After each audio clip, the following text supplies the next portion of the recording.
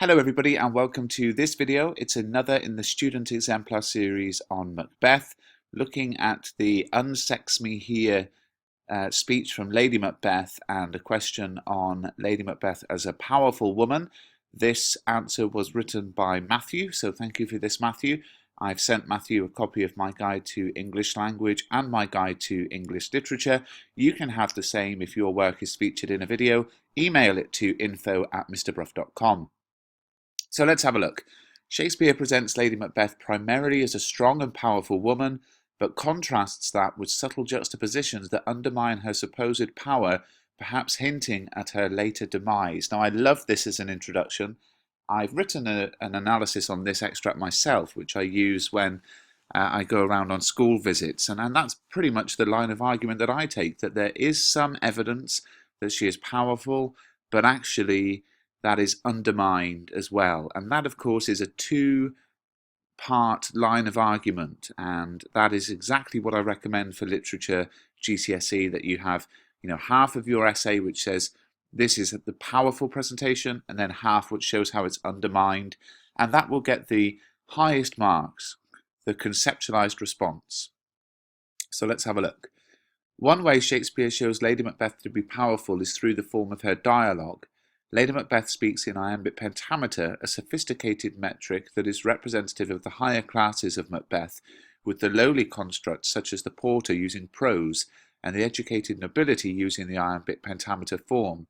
This immediately shows Lady Macbeth to be powerful, as she's given the more developed and intelligent form to show her power in society as the wife of a thane. Alternatively, at times her language devolves into almost chanting, alluding to the spell casting of the witches, and therefore also suggesting that she has a form of mystical power. The audience would likely be unnerved by this, as it would remind them of the earlier appearance of the witches. Any character with the ability to unnerve the audience immediately appears powerful. So this is an interesting paragraph because there are a couple of very strong things going on here and one obvious weakness.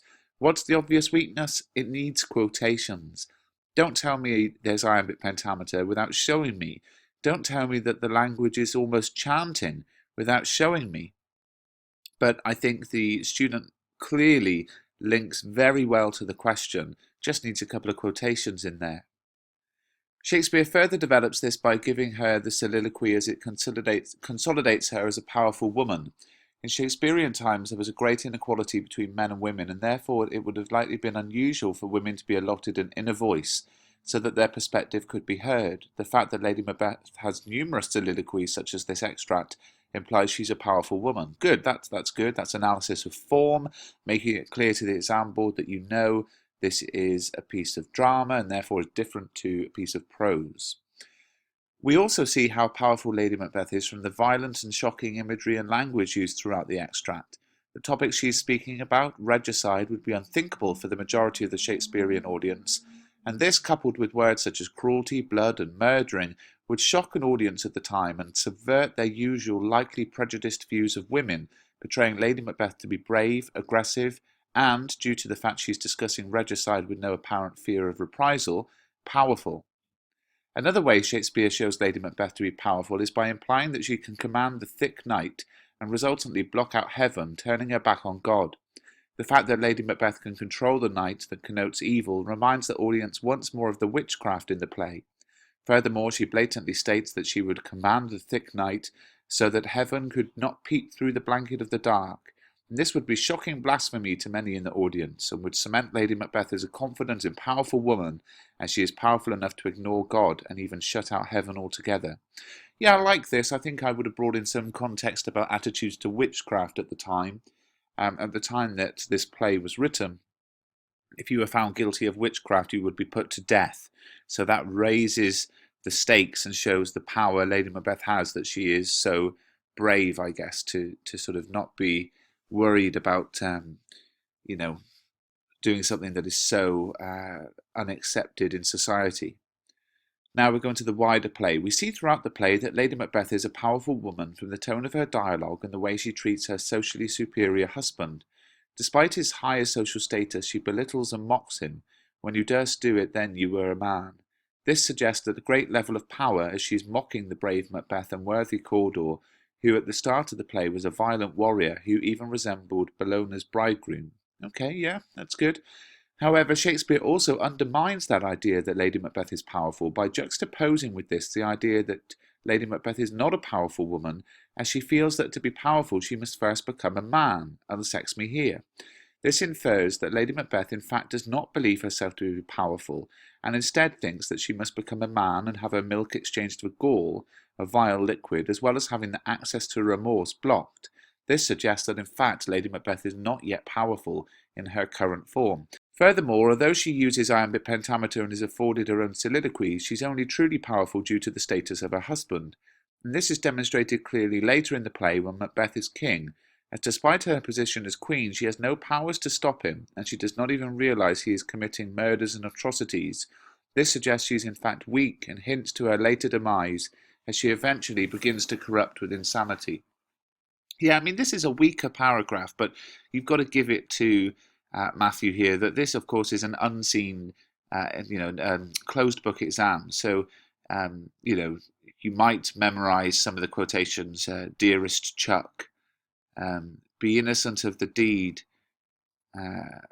be innocent, dearest Chuck, whatever it is. It's in the Macbeth quotation song, in my revision song playlist.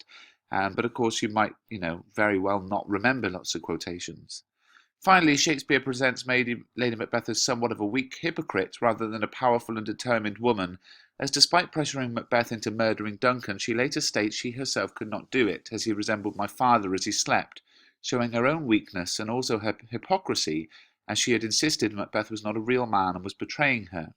And this shows that Lady Macbeth is not powerful, as despite claiming a lot in her monologue, she could not in fact bring herself to commit regicide.